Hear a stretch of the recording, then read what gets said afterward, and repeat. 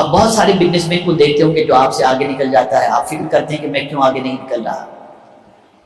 بہت سارے پروفیشنل ہوتے ہیں جو آپ سے آگے نکل جاتے ہیں، آپ کے ذہن میں یہ ہوتا ہے میں کیوں آگے نہیں نکلا۔ تو گروتھ کے اندر رکاوٹ کیا ہے؟ ترقی میں وہ کون سی چیز رکاوٹ ہے؟ ڈگری بھی ہے آپ کے پاس، آپ کا انفراسٹرکچر بھی اچھا ہے، آپ کی فیکٹری بھی اچھی ہے، آپ کا پروڈکشن بھی اچھا ہے، لیکن دوسرا ترقی کر جاتا ہے، آپ کیوں پیچھے رہ جاتے ہیں؟ تو ترقی میں کون سی چیزیں رکاوٹیں ہیں، میں آج ان رکاوٹوں کے حوالے سے تھوڑی سی بات آپ کے سامنے پیش کرنے کی کوشش کروں گا۔ پہلی چیز جو ترقی میں رکاوٹ ہے وہ ہے اینگر، غصہ۔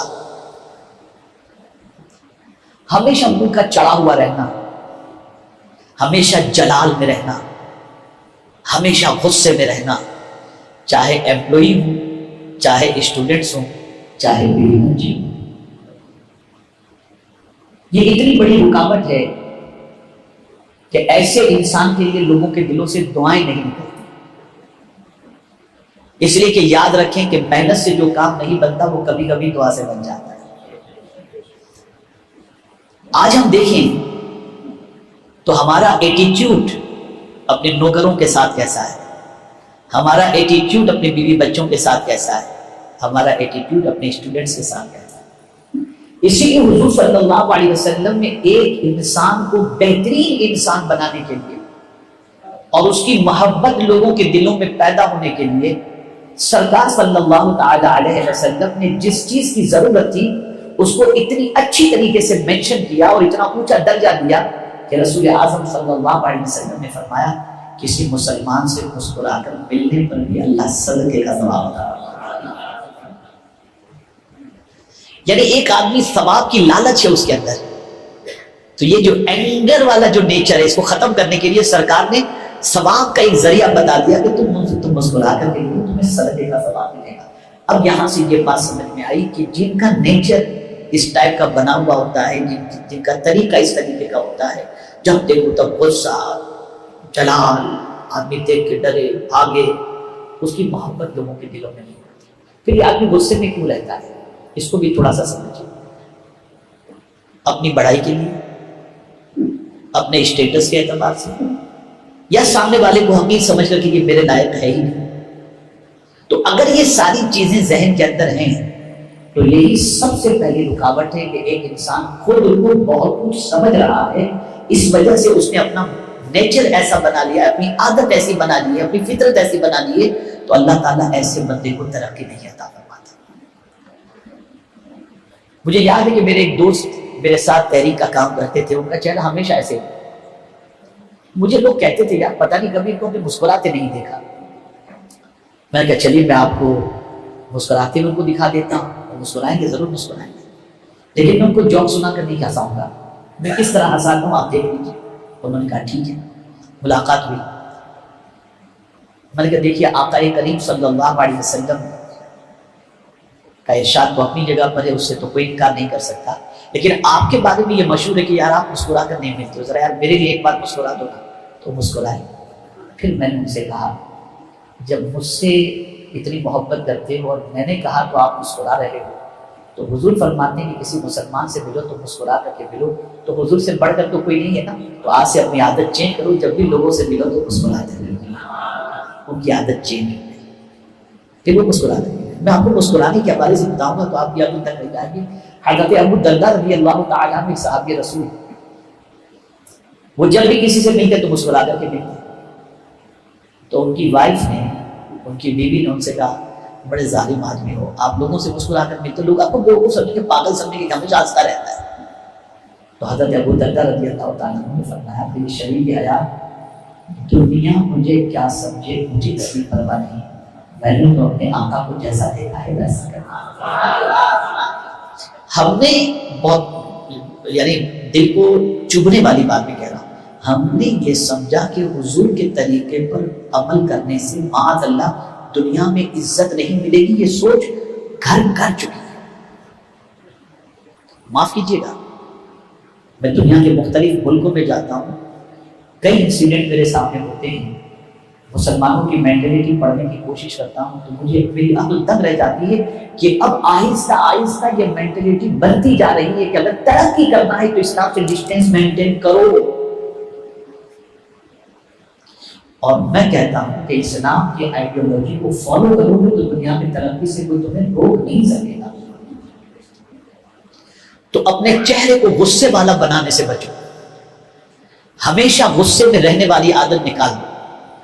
یہ وہ کل ہے کہ اگر جوتے میں گھس جائے اور کل والا جوتا پہن کر کے ہم اگر چلنے کی کوشش کریں تو ہماری رفتار فاسٹ نہیں سلو ہوگی، لیکن کل کو اگر نکال دیں تو پھر ہم تیز دوڑ سکیں گے. تو یہ اینگر والا نیچر اپنے اندر سے نکال دو گے تو ترقی کی طرف بڑھتے چلے جاؤ. ترقی میں سب سے پہلی رکاوٹ اینگر، وہ سیکنڈ چیز ایگو، میں بھی کچھ ہوں. یہ بہت بڑی رکاوٹ ہے، بہت بڑی رکاوٹ ہے. جہاں آدمی نے سوچا کہ میں کچھ ہوں، مجھ سے پوچھا نہیں، مجھے بولا نہیں، مجھے رسپیکٹ نہیں دیا، مجھے یہ نہیں کیا، مجھے وہ نہیں کیا. ایک انسان کی ترقی کے اندر سب سے بڑی رکاوٹ یہ ہے.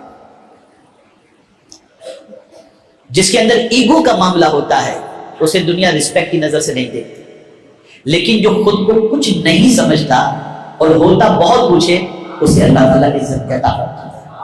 یہ بات یاد رکھیے گا، میں اس کو حدیث کی روشنی میں سمجھاؤں. ایک ہوتا ہے خود سے کسی کے سامنے اپنے آپ کو بڑا پیش کرنا، یہ آرٹیفیشیل ہے. اس لیے کہ ہم اپنا کچھ ایسا ماحول بناتے ہیں جس کی وجہ سے سامنے والے کے دل پہ ہمارا روب بیٹھ جائے.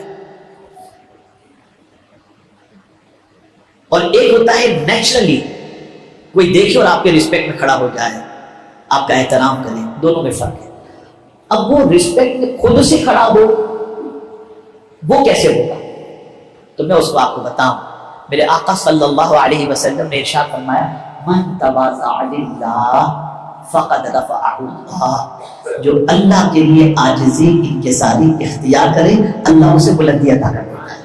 یعنی خود کو کچھ نہ سمجھے، ہم کچھ بھی نہیں، ہم کچھ بھی نہیں.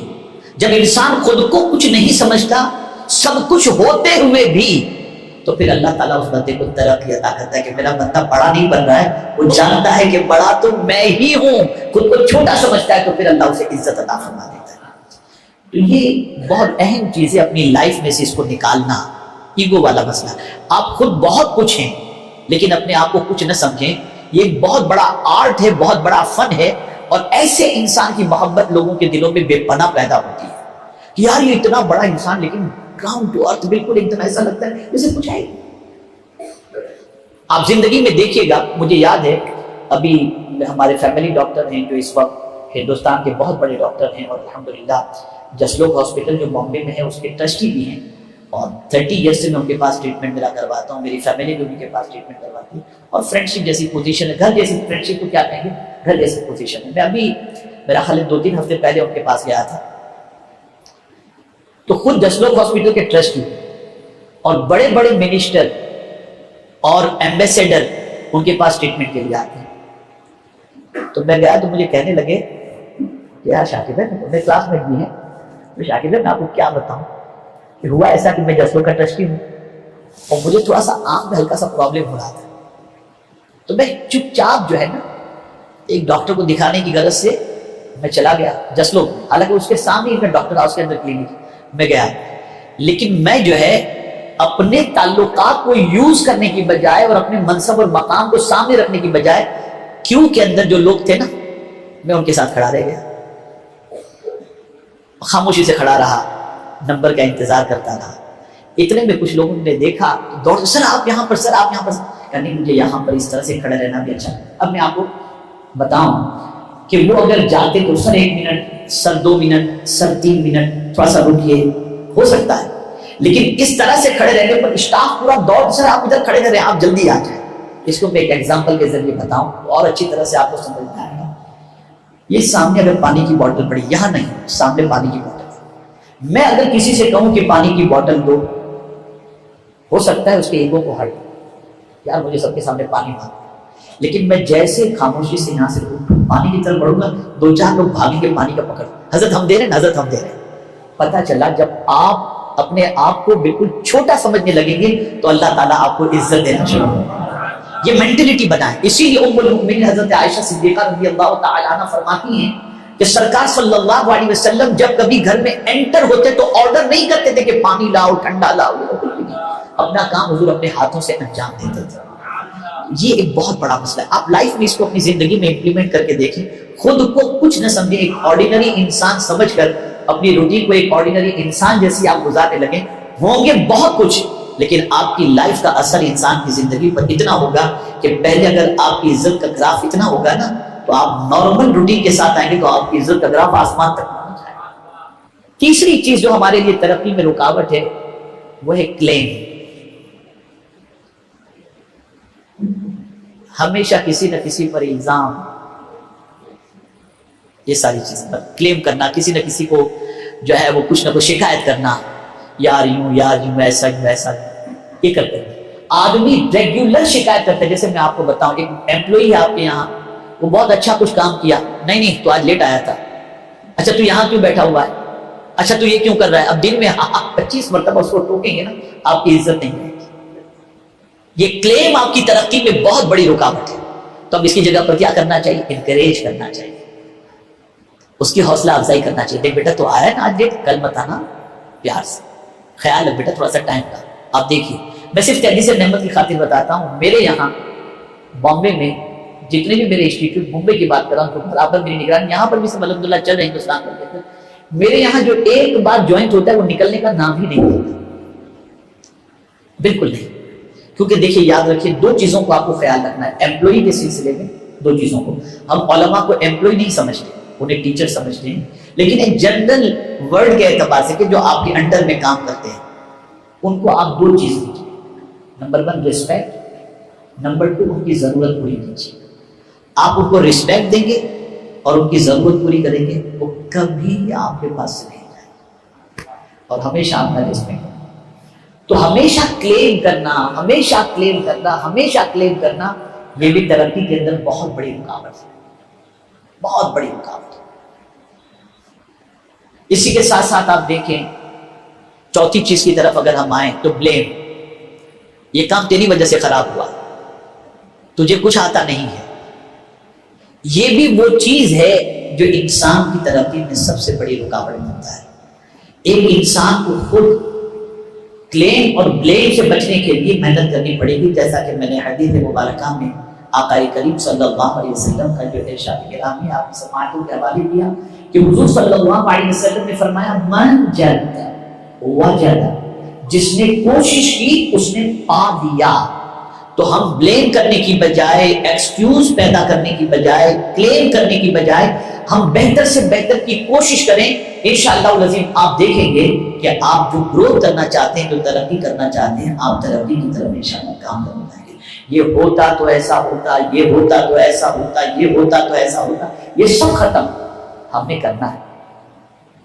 اور جب قرآن نے کہہ دیا وَأَن لَيْسَ لِلْإِنسَانِ إِلَّا مَا سَعَىٰ، انسان کو نہیں ملتا مگر وہی جس کی وہ کوشش کرے، وَأَنَّ سَعْيَهُ سَوْفَ يُرَىٰ، اور جو وہ کوشش کرے گا اس کی کوشش کا بدلہ اسے دکھایا جائے گا۔ تو یہ تو قرآن کا فیصلہ ہے۔ ہم جو ہے بلیم، تیری وجہ سے یہ کام خراب ہوا، یوں ہوا، یہ سب چیزیں ہماری لائف میں سے ہم کو نکالنی ہوں گی، اور جب تک کہ ہم ان چیزوں سے اپنے رشتے کو نہیں توڑیں گے اس وقت تک ہم گروتھ نہیں کر سکتے، ترقی نہیں کر سکتے۔